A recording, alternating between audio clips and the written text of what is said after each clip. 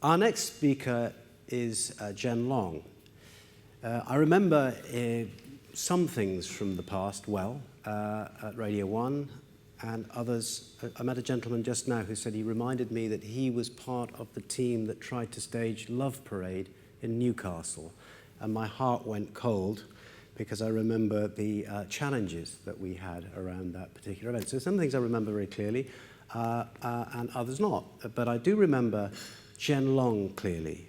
So picture the scene. I asked a group of BBC Radio 1 executives to find some new, real, young, fresh music talent from outside of the normal channels. And we dispatched two of our finest talent scouts to Scotland, to Northern Ireland, and to Wales. And they held these events, and at the events they brought together anybody in the particular community. They went out, they scouted, they tried to kind of get their ear to the ground to find the intelligence, what's happening, who are the people. And in Wales, Jen Long was one of the people who came to one of these events. And I remember the execs coming back to me at Radio 1 and said, Andy, in Wales, it's fantastic. We found this person, they tick all the boxes, they're fantastic. They play an instrument, they've got some radio experience, they promote bands, they write, perfect, absolutely perfect. Fantastic. So we found exactly what we were looking for. I just said to Jen, I said, is that story true? Do I remember it right? She said, yeah, that was 2007 and I didn't get hired to 2011. So another rapid BBC decision-making process. Anyway, the truth is Jen did join Radio 1. She is the BBC introducing presenter, which she will talk about BBC introducing, I'm sure, when she speaks now. But she is the full 360-degree youth music entrepreneur in the sense that, as well as being a broadcaster, you were broadcasting last night on Radio 1. You did the review show, I think, for Edith.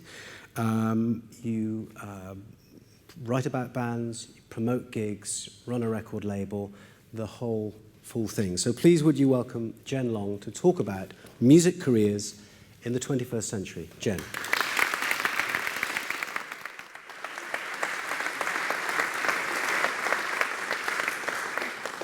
Hi, I'm Jen Long, I'm 27 and I present a new music show on Radio 1 called BBC Introducing. I write for publications and websites such as Enemy, The Line of Best Fit and Rock Feedback. I also publish my own magazine, Zero Core, which runs 3 times a year with a national readership of 20,000 people across London, Cardiff, Glasgow and Manchester. There's some copies at the back if you want one.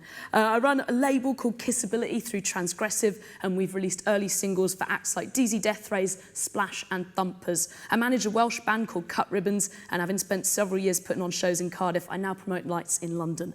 I'm here to tell you about the multitude of careers in music that are available to young people and how I think they could be encouraged to become involved and engaged with music through education.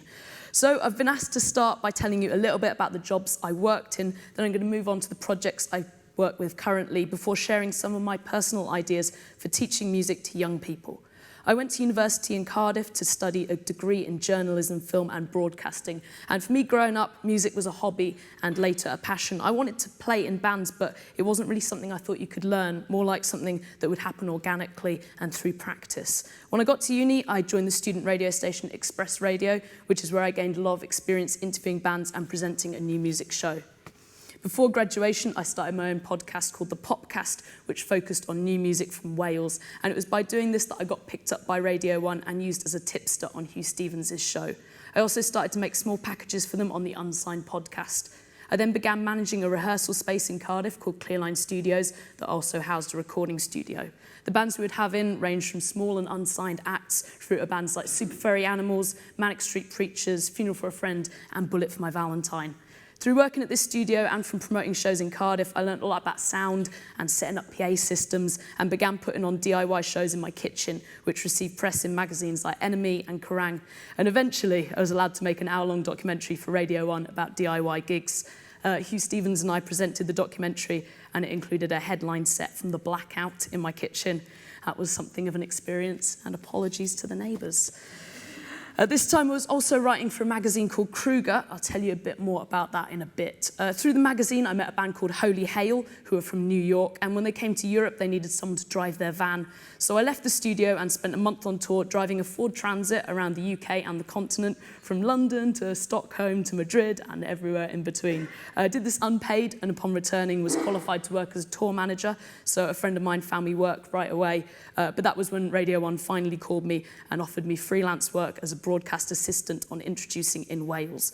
So I'd now like to talk a bit about BBC Introducing. And I'd like to tell you a bit about BBC Introducing, as I believe the ethics of introducing are also at the core of the majority of things I do. BBC Introducing is all about supporting unsigned, undiscovered and under-the-radar acts. I present BBC Introducing with my lovely co-host, Ali McRae. There's lovely Ali. We've supported acts like Florence and the Machine, Pulled Apart by Horses and Two Door Cinema Club. And then I'd now like to show you a short film about BBC Introducing.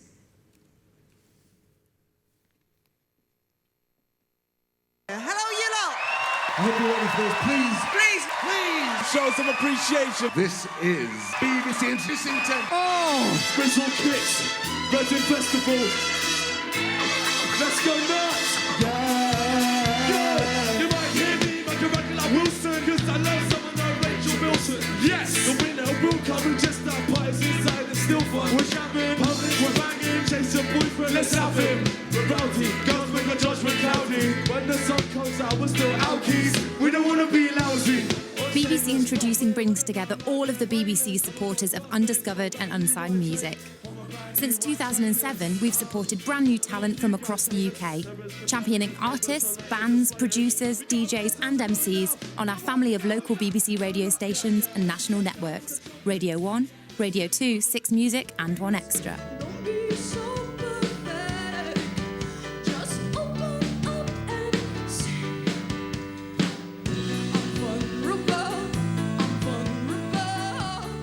Through BBC Introducing, thousands of unsigned artists and musicians have been given access to a bigger audience online, on air and on the TV. Our next artist started off on the BBC Introducing stage. It is, of course, Florence and the Machine.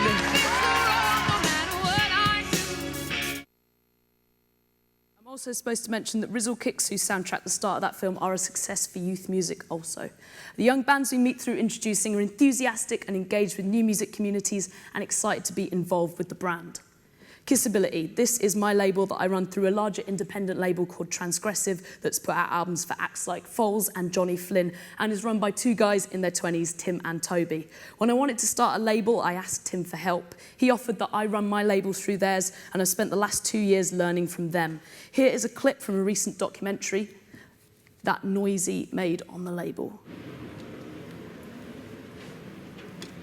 We are at the Lexington in London and we're here because Transgressive have their label offices and I run Kissability with the guys who run Transgressive. Tapes are just so easy to do, so cheap to do compared to vinyl, but they still have like nostalgia attached to them. You can buy them blank and you can dub them yourselves. You can do a run of like 25, you can do a run of 50. Like, it's so easy to do and so exciting to do as well. I think there's a lot of people who may not have grown up with cassette tapes who actually have cassette labels now. 1 out of 50. There you go. There's definitely a resurgence on cassettes in the minute. People buy them as merch more often than in any other format because it's quite easy for people to just pick up a cassette which costs a few quid at a gig. If you're a normal person, you're kind of just like, they still make cassettes. It doesn't sound great, but I feel like there's a certain charm and a certain quality. Yeah, that's reeks of effort. So we have put out releases by Thumpers, DZ Death Rays, Deaf Club, and I started the label initially to release a band from Llanelli in West Wales called Cut Ribbons. They actually became our second release, and then I started managing the band with the help of Transgressive. I've been managing the band for 1.5 years now and have learnt an incredible amount about what really goes into the development of a new act and the ever-expanding amount of people you need on your team, from lawyers to PRs to accountants. I'm now co-managing them with a lady called Jill Taylor, who also manages Elvis Costello, so I've been learning yet again even more from her many years of experience. This is a short clip from It's Frozen. It was so good for a second.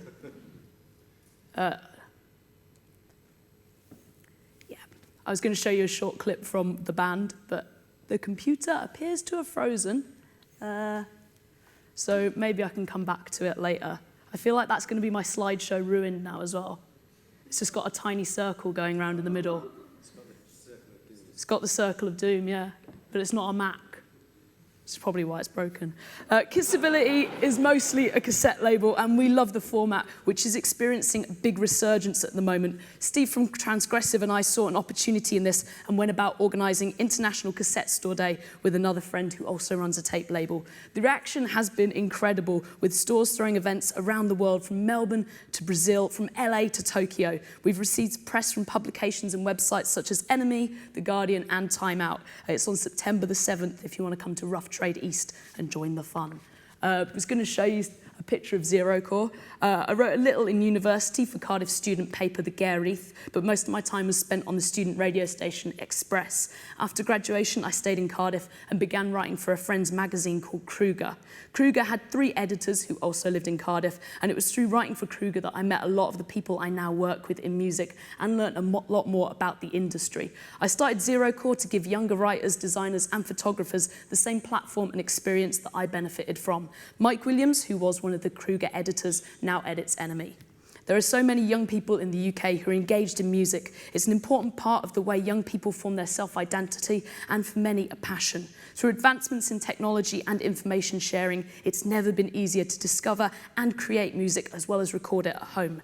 Young people become involved in music in many different ways, and one important area is blogging. New A&R talent will be scouted by labels if their blog is becoming influential. New writers can cut their teeth on their own platform or by writing for sites such as the Line of Best Fit. The playing field is certainly far more level than ever before for someone wanting a career in music, and there's certainly something of a do-it-yourself ethos here, with work placements hard to come by and generally unpaid. So with all this in mind, why would music as a school subject be less popular? If more and more people are engaging with music outside of school, why not in the classroom also? These are my ideas moving forward and from personal experience. Firstly, I think electronic music is deeply important, as well as being able to learn the recorder, which is pretty much all I remember about music classes in school.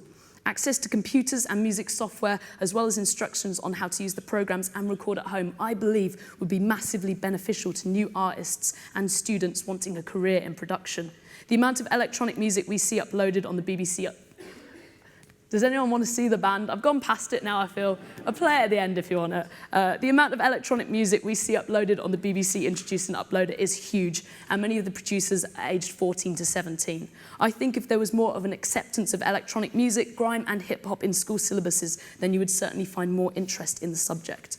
I also think it's important to educate young people on the different careers that are available to them working in music. It's not just that you can learn an instrument and start a band. In fact, a career in music can be incredibly broad, and is certainly something I never realised until I got involved after university. However, I think actually teaching the various jobs shouldn't happen in class, as the music industry moves so quickly. When I was leaving school, there wasn't really something as a career in social media. Nowadays, social media strategy for a band on a major label is really important. I believe work experience is the best way to learn your trade.